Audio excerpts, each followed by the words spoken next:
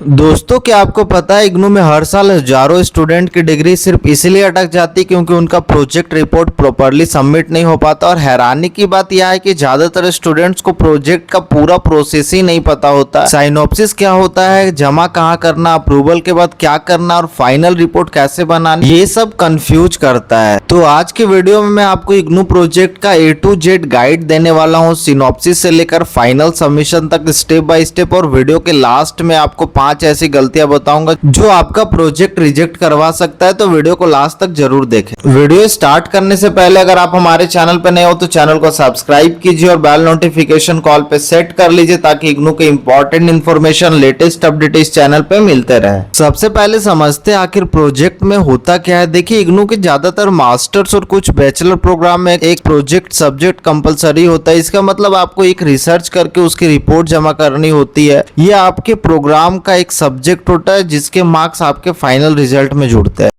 बाद आप यहां से आप अपना प्रोग्राम गाइड और प्रोजेक्ट गाइडलाइंस देख सकते हो इग्नू के वेबसाइट से। इस तरीके से आपको यहां पे जितना आपका जो भी प्रोग्राम होगा आपको यहां पे आपके प्रोजेक्ट गाइडलाइंस दिख जाएंगे, से आप ऐसे चेक कर सकते हो। अब प्रोजेक्ट का जो पूरा प्रोसेस है ये 2 पार्ट में बढ़ जाता है। सबसे पहला होता है साइनॉप्सिस। साइनॉप्सिस एक 15 से 20 पेज का डॉक्यूमेंट होता है जिसमें आप बताते हैं कि आप किस टॉपिक पर रिसर्च करना चाहते हो। जैसे यहाँ पे आपको दिख रहा होगा, ये टाइटल है adoption and impact of digital banking services among urban customer, case study of Bengaluru city. ने क्या किया, आपने एक टॉपिक को सेलेक्ट कर लिया, एक टाइटल को सेलेक्ट कर लिया, अब उस टॉपिक पर आपको रिसर्च करना है। तो उसका ऑब्जेक्टिव क्या है, मेथोडोलॉजी क्या है, से अप्रूव होने के बाद ही आप आगे बढ़ सकते हैं। आपको स्क्रीन पे दिख रहा है टेबल ऑफ कंटेंट, इस तरीके से बताना है आपको। उसके बाद जब आपका साइनॉप्सिस आप बना के सबमिट कर दोगे तो आपका दूसरा जो होता है फाइनल रिपोर्ट। फाइनल रिपोर्ट काफी इंपॉर्टेंट होता है। साइनॉप्सिस 15 से 20 पेज का डॉक्यूमेंट्स होता है, वहीं जो फाइनल रिपोर्ट होता है ये आपको 60 से 100 पेजेस का होता है। अब आप असल में फील्ड वर्क या डाटा कलेक्शन करके एक डिटेल रिपोर्ट बनाते हो, तो इसके साथ एक वाइवा भी आपको देखने को मिलेगा। उसके बाद साइनॉप्सिस सबसे पहला जो आता है ये साइनॉप्सिस। साइनॉप्सिस का फॉर्मेट और बनाने का तरीका क्या होता है। तो दोस्तों, साइनॉप्सिस बनाने का सही तरीका समझना बहुत जरूरी है क्योंकि अगर आपकी साइनॉप्सिस ही अप्रूव नहीं हुआ आप रिपोर्ट बना नहीं सकते। यहाँ पे आपको यहाँ पे दिख रहा होगा एक साइनॉप्सिस। सबसे पहले आपको फ्रंट पेज से शुरू करना है। यहाँ पे आपको स्क्रीन में दिख रहा होगा साइनॉप्सिस में क्या क्या चीजें होता है। तो सबसे पहला होता है टाइटल पेज, जिसमें कि आपका यहाँ पे नाम होता है, आपका नाम, enrolment number, programme code, project title और गाइड का नाम चाहिए। दिख रहा हो प्रोजेक्ट गाइड और आपका सेशन क्या है, ये सब चीजें आपको यहाँ पे करना होता है। उसके बाद फिर आपको एक्नॉलेजमेंट यहाँ पे देना होता है। एक्नॉलेजमेंट के बाद आपको फिर यहाँ पे डिक्लेरेशन देना होता है। इस तरीके से आप बना सकते हो। उसके बाद फिर आपको जो आपका गाइड होता है, सर्टिफिकेट बेसिकली वो लगता है। एक चीज ध्यान रखना कि आपकी रिसर्च के 4-5 क्लियर ऑब्जेक्टिव्स होने चाहिए, बुलेट पॉइंट्स में लिखे, जैसे to study the impact of digital marketing on consumer behaviour in Delhi NCR. उसके बाद जो आपका रिसर्च मेथोडोलॉजी होगा, आप डेटा कैसे कलेक्ट करोगे। तो सबसे पहला जो प्राइमरी होता है वो होता है आप सर्वे से, इंटरव्यू से, और दूसरा होता है सेकेंडरी जो बुक से, जर्नल से, वेबसाइट से, सैंपल साइज कितना भी हो सकता है। अगर आपको प्रोजेक्ट साइनॉप्सिस बनाने में कोई परेशानी आ रही है, आपको बना बनाया चाहिए, आपको स्पाइरल बाइंडिंग पीडीएफ के फॉर्म में चाहिए, कुछ भी जानकारी चाहिए, परचेस करना है, तो आपको व्हाट्सएप नंबर दिख रहा होगा स्क्रीन पे। स्क्रीन पे दिए गए इस व्हाट्सएप नंबर से आपका जो भी रिक्वायरमेंट आप परचेस कर सकते हो। आपको टीम को मैसेज करना है, आप हम लोगों से अपना प्रोजेक्ट वगैरह बनवा सकते हो। ऑब्जेक्टिव के बाद आपको रिसर्च मेथोडोलॉजी करना होता है जो मैंने बता दिया। फिर आपको टूल्स एंड टेक्निक्स का यूज करना होता है। कौन से टूल यूज करोगे, जैसे क्वेश्चनर, SPSS, एक्सेल, ये सब आप टूल्स का यूज कर सकते हो। उसके बाद एक्सपेक्टेड आउटकम, चैप्टर स्कीम्स, आपकी रिपोर्ट में कौन कौन से चैप्टर होंगे उनकी एक आउटलाइन।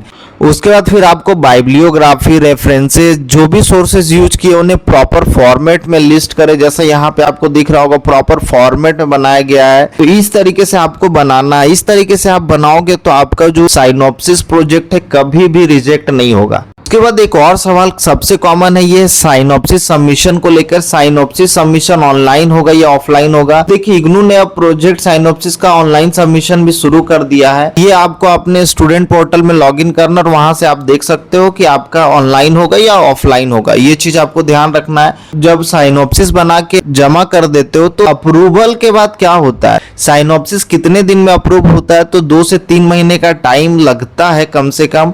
करीबन 30 से 31 दिन दिन में जनरली देखा जाता है कि साइनोप्सिस अप्रूव हो जाता है। जितने स्टूडेंट ने हम लोगों से प्रोजेक्ट वगैरह कराया उनका सबका साइनोप्सिस अप्रूव हो चुका है। इस तरीके से आप कर सकते हो, या फिर आप नहीं बना सकते हो, बनाने में सक्षम नहीं हो तो आप हम लोगों से भी बनवा सकते हो। अब साइनोप्सिस तो अप्रूव हो गया, अब उसके बाद क्या करना है, तो उसके बाद आपको आपके प्रोजेक्ट को बनाना है। प्रोजेक्ट कैसे बनाओगे, एक चीज आप ध्यान रखना कि सबसे पहले आपके पास साइनोप्सिस अप्रूव होने के बाद रिपोर्ट जमा करने के लिए एक फिक्स टाइमलाइन होता है। आमतौर पर 6 महीने से 1 साल ये आपके पास होता है अप्रूवल। आपके अप्रूवल लेटर में भी मेंशन होता है। अब आपको करना क्या है, तो सबसे पहले फील्ड वर्क शुरू करें। अगर प्राइमरी डेटा चाहिए तो सर्वे करें, इंटरव्यू ले। सेकेंडरी डेटा कलेक्ट करने के लिए बुक्स, रिसर्च पेपर, जर्नल ये सब का प्रयोग कर सकते हैं। एक चीज ध्यान रखना कि अगर आपने साइनोप्सिस अप्रूव होने के बाद 2 साल के अंदर रिपोर्ट जमा नहीं की तो आपको दोबारा साइनोप्सिस जमा करना पड़ सकता है। तो डिले मत कीजिएगा। आपका साइनोप्सिस अप्रूव हो जाता है तो जल्द से जल्द आप अपना रिपोर्ट को, अपना प्रोजेक्ट रिपोर्ट को सबमिट करें।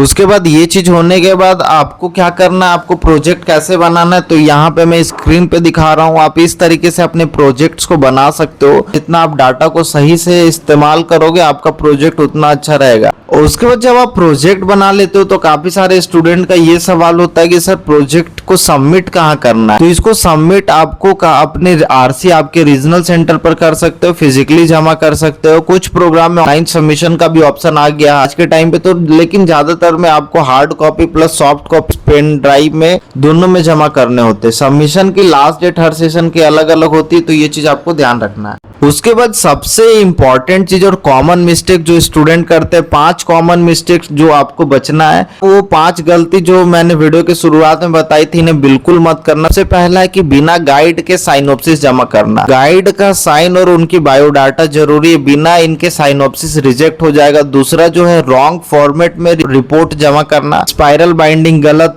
फॉन्ट इनकम्प्लीट सेक्शन, छोटी गलतियां बड़ा नुकसान कर सकती है। तीसरा जो मोस्ट कॉमन चीज है ये है पैराग्राफ। अगर आपकी रिपोर्ट कॉपी पेस्ट की हुई मिली तुरंत रिजेक्ट हो जाएगा, अपने वर्ड्स में लिखे। उसके बाद चौथा मिस्टेक है लास्ट डेट मिस करना। डेडलाइन के बाद जमा की गई रिपोर्ट एक्सेप्ट नहीं होती, फिर आपको अगले सेशन का इंतजार करना पड़ता है और प्रैक्टिकल मार्क्स भी अपडेट नहीं होते। और 5वां जो मिस्टेक है ये है वाइवा की तैयारी ना करना। सिर्फ रिपोर्ट जमा कर देना काफी नहीं होता। वाइवा में अगर आप अपनी ही रिपोर्ट के बारे में नहीं बता पाए तो मार्क्स कट जाते हैं। तो ये चीज आपको समझ में आना चाहिए। तो दोस्तों यहाँ पे हमने IGNOU project report A to Z complete guide synopsis से लेकर फाइनल सबमिशन और वाइवा तक। अगर आपको प्रोजेक्ट साइनॉप्सिस या फाइनल रिपोर्ट बनाने में हेल्प चाहिए, चाहे हैंड रिटेन असाइनमेंट हो, रेडीमेड PDF साइनॉप्सिस हो या गाइड अरेंजमेंट, तो आप इस स्क्रीन पर दिख रहे व्हाट्सएप नंबर पे हमारी टीम से कांटेक्ट कर सकते हो और जो भी आपका रिक्वायरमेंट हो आप वहां से परचेस कर सकते हो। अगर आपके मन में कोई क्वेरी हो, कोई डाउट हो तो आप कमेंट में बताना, कमेंट बॉक्स में पूछ सकते हो। अगर वीडियो पसंद आए तो वीडियो को लाइक करें, चैनल पर नए हो तो चैनल को जरूर सब्सक्राइब कर लेना। मिलते हैं अगले वीडियो में। Thank you friends.